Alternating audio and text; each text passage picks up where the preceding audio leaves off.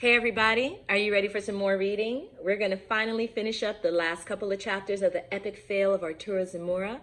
We're starting with chapter 26 today. This chapter is titled The Verse and the Verdict. We're going to hear from the community now, said Chairman Mandala.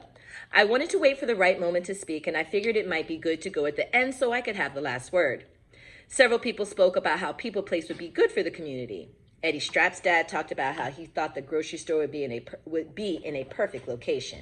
Miss Minerva talked about the gym and how fantastic the new apartments would be. It's just nice to come home after being around kids all day and have amenities like that, she said. She was my 7th grade language arts teacher. How could she?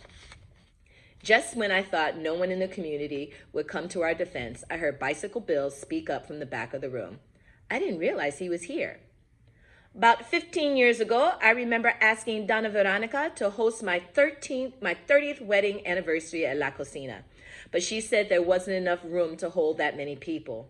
So she let us use a courtyard at her apartment complex. All we paid for was the food and service. She even let us stay in one of the apartments so we wouldn't have to drive home. For free!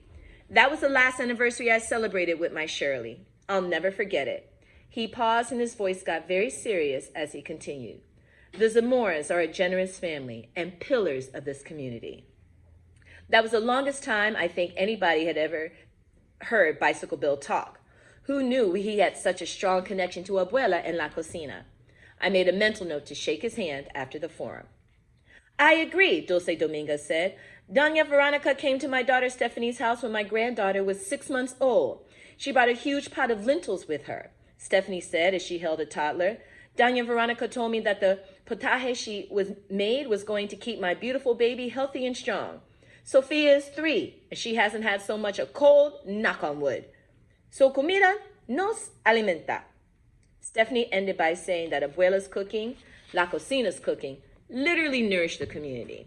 Hearing that made my heart feel full. Mr. People said earlier that People Place was exclusive and VIP. Could we talk about what that really means? It was Aunt Mirta. I hadn't seen her earlier. I guess she was one of the people who swore in to speak when I was too nervous to turn around. She must have taken an early flight from D.C. and gone from the airport straight to City Hall. Aunt Mirta's face was stern. She was really tall and easily commanded the attention of the room. She flipped through her yellow legal pad and continued. According to my research, People Land Holdings, LLC, is offering premium rates to residents. However, the average income of residents of Canal Grove is well below the rates intended for People Place. I would like Mr. People to explain what he means when he says People Place is for the community. What community is he referring to? Noted, Chairman Mandala said, and wrote something down. There was a little commotion as people started murmuring. Chairman Mandala called order. Carmen motioned for me to get up. Clearly, she also felt I could ride this momentum. But Eddie Strapp's mom beat me to it and explained how People Place would bring couture boutiques to Main Street. I thought about Wilfredo's now former assistant Claudio. Wilfredo didn't care about him or the neighborhood. He cared about himself and his money. Let's call for anyone to speak, said Chairman Mandala. This was it. One last shot. I'd like to say something, I said, digging my hands as deep into my pockets as they could go. One of these days, I'd really bust through the lining. Wilfredo watched me intently as I turned to my mom and smiled. Go ahead, young man, Chairman Mandala said. State your name, where you are from, and what you would like to say about these 2 projects.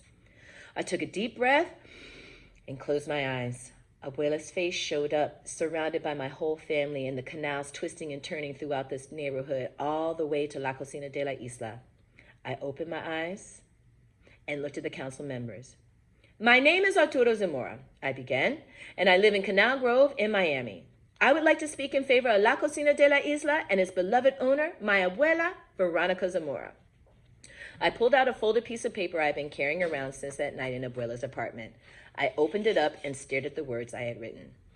I wrote this when Abuela, I never read it to anyone. It's not very good, but I guess she would have liked me to have read it. It's called Tuyo. In the silence, I hear a melody. In the ocean of solitude, sorry, hang on. Let me start over. In the silence, I hear a melody. In the ocean of solitude, I sail in a long ship to shore where you no longer are.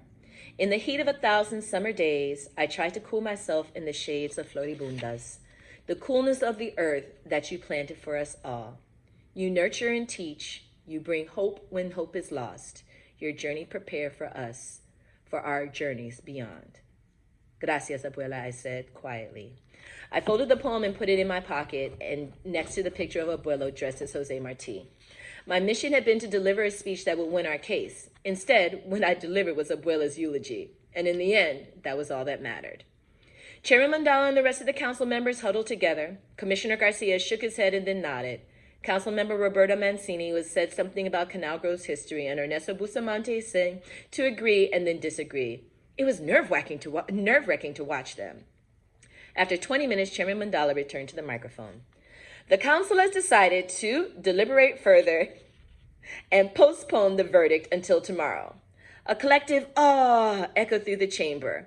Wilfredo threw on the sunglasses and shuffled past us without looking. He was fuming, and I could tell by the way he muttered and bit his lip that he was trying not to lose it.